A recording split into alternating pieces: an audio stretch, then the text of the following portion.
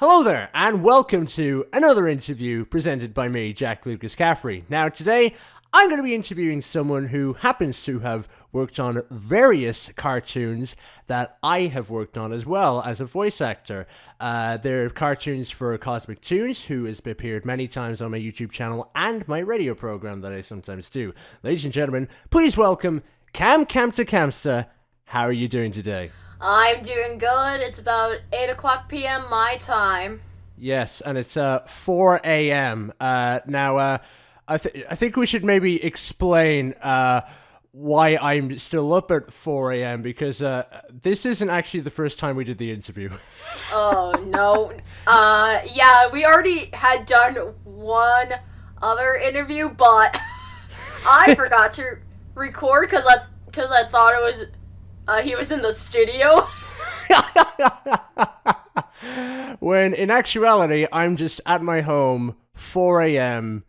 Honestly, I kind of more awake now after realizing that Cam forgot to do it. But then again, I didn't clarify. That I needed you to record. Yes. Oh, yes. Yes, but I guess the adrenaline is kind of like a caffeine. Yeah, and this 7-Up that I have like right beside me.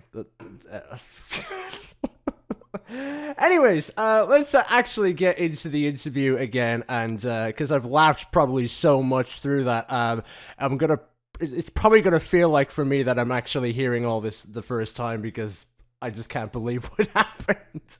Anyways.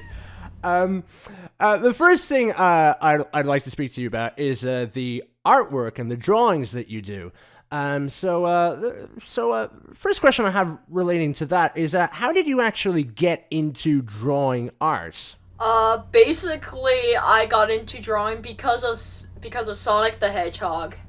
The Archie comics had this arc going on that Sally Acorn was basically became a robot under Dr. Robotnik, and I basically made some Sonic OCs that were basically like fix-its. They are the same OCs that I still have today, but I removed that part of their background. So it happened to be because of Sonic the Hedgehog that it actually got you into art and everything. Yes, and yeah, although I've always been drawing, but around that time was when I started drawing more seriously, and that was when I was about 10. When I was about 12, I started drawing digitally. I should probably say drawing more loosely because my first digital artwork was basically recoloring. It was like there was a method to like recoloring, to not just using Photoshop.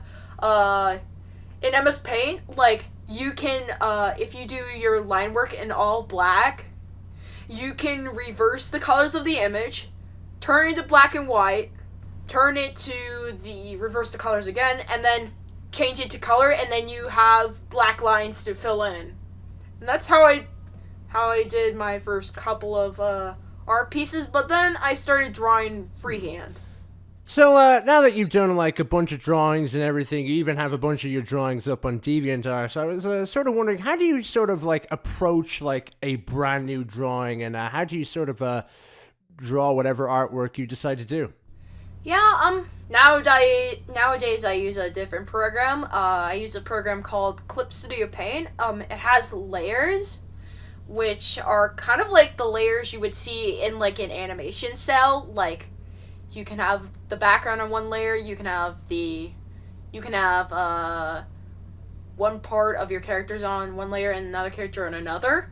And so how I first go about when drawing, it depends on if I'm drawing fan art or not.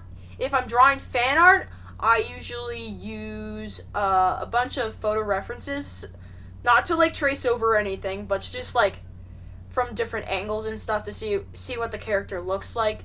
So I'm doing them justice when drawing.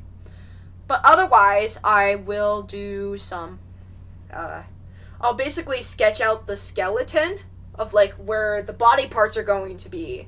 And then I do another layer where I where I sketch not the colors, the details of the work.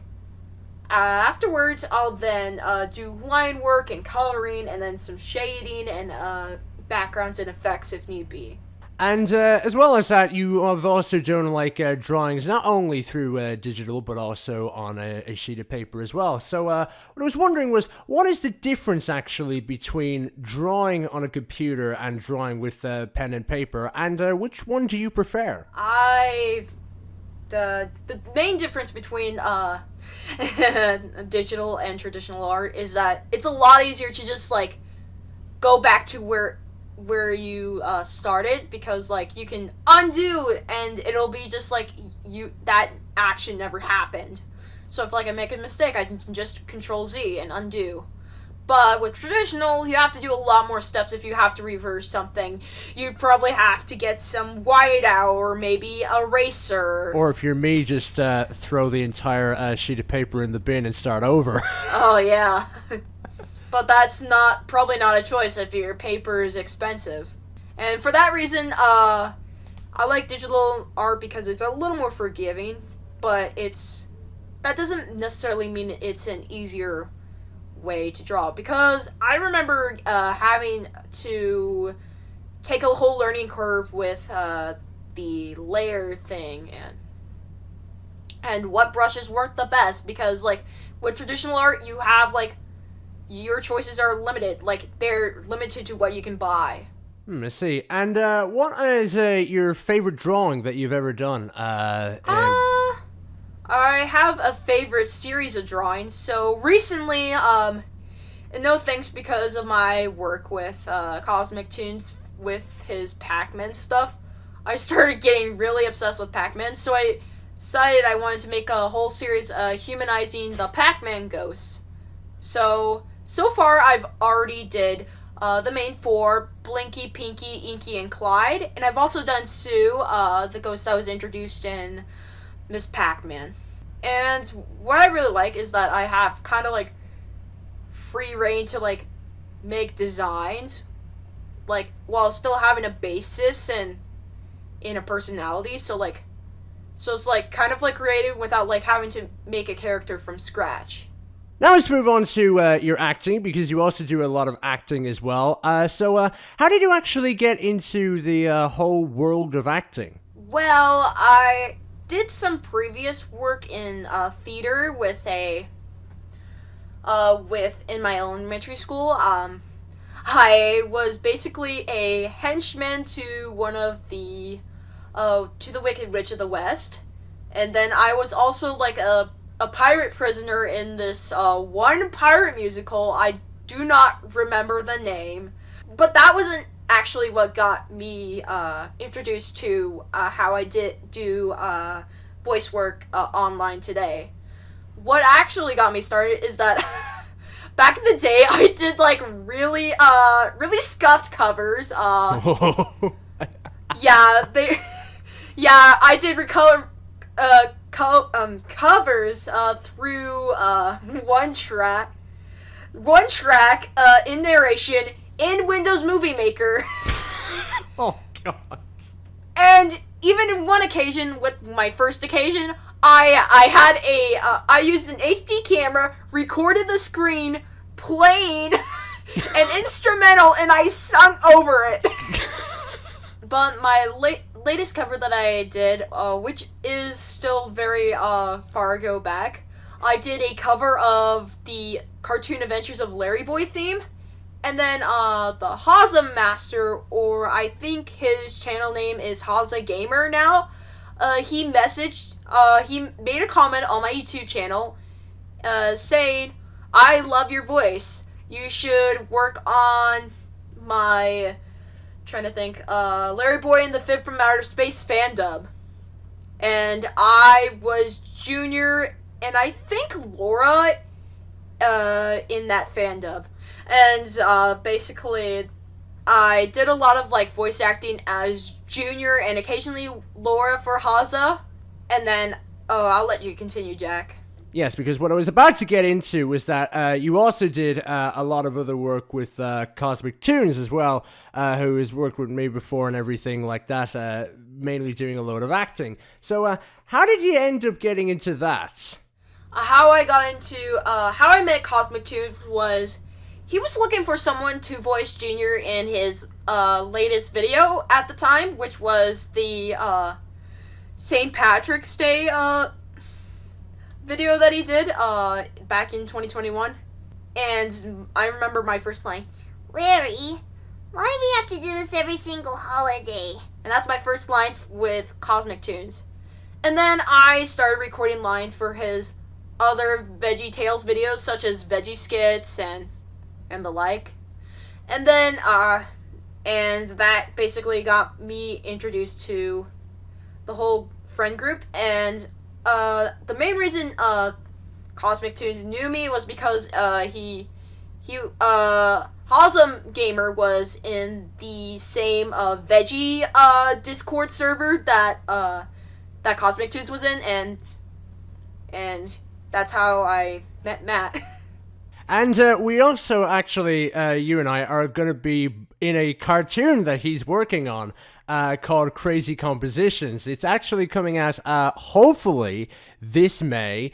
So because I haven't really actually spoken a lot about the production of it to you, because we don't do it like together. It's all sort of remote and everything, especially because I'm like in Ireland and you lot are in like different parts of America.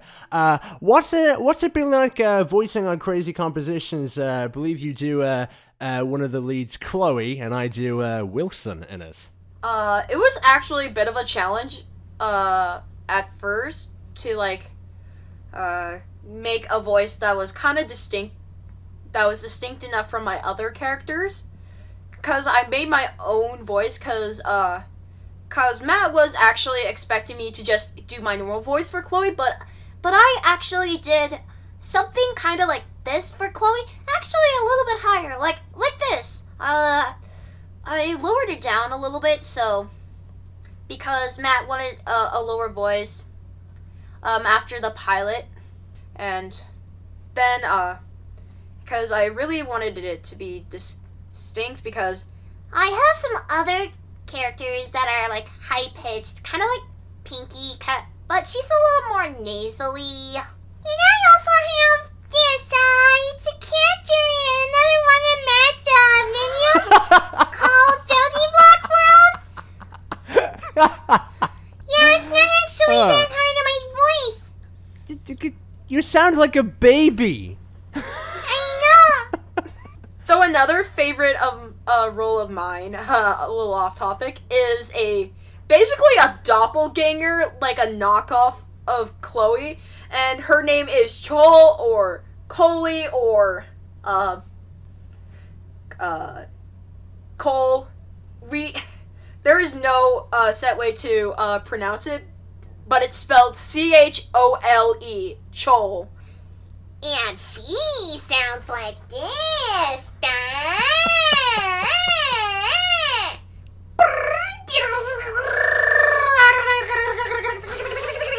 I'm on radio. How are you able to do all those really weird, like, especially with Joel there, all those sort of really weird, how are you able to do all those sort of sounds? And that was actually an outtake that Matt liked so much that he actually put it in.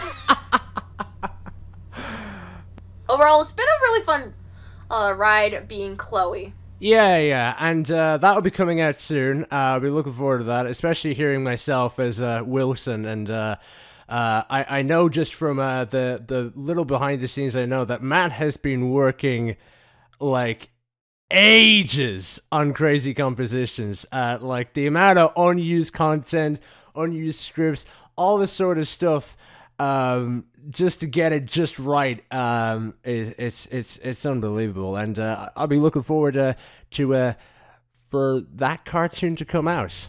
Yeah, and he's been also working on some other side projects, such as like making little mini videos. Those are called Ditsy Ditties, and they're on his YouTube channel. And I voice Chloe in those too, and Chol. Yes, and so. And going back to you singing for a little bit, because you were mentioning about the amazing Windows Movie Maker covers. What I was wondering was, will you make any more covers of songs in the future? And I don't know, maybe not make them on Windows Movie Maker. I actually am considering covering a Sonic song pretty soon. I've been in works of like storyboarding a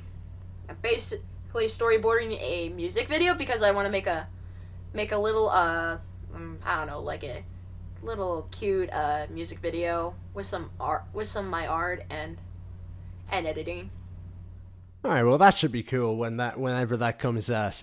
So yeah, you better subscribe to Cam's YouTube channel if you don't want to miss that out. Yeah, you don't want to miss it. Well, Cam, look, it's been great chatting to you for the second time, but look, it was good anyways.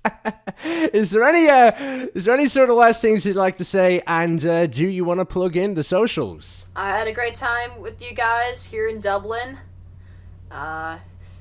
If you would like to follow me, I have a YouTube at CamCam. It may be easier if you search CamCam VHS openings episode, because that actually might be easier than to have to wade through a bunch of CamCams on YouTube. Why VHS openings? Because that was my, I kind of want to get back to it, but I basically made, like, a series of, like, documenting, like, VHS openings on VHS tapes that I had. I'm also on Twitter at CamCamtehCamsta, and, like Jack mentioned earlier, DeviantArt under CamCamtehCamsta. Alright, well you better check that out. And you can find me on my YouTube simply by searching up my name, Jack Lucas Caffrey. You may be already on my YouTube if you're watching this interview on YouTube. But Cam, thank you very much for coming on, and yes, speak to you soon. I will speak to you soon. See you later.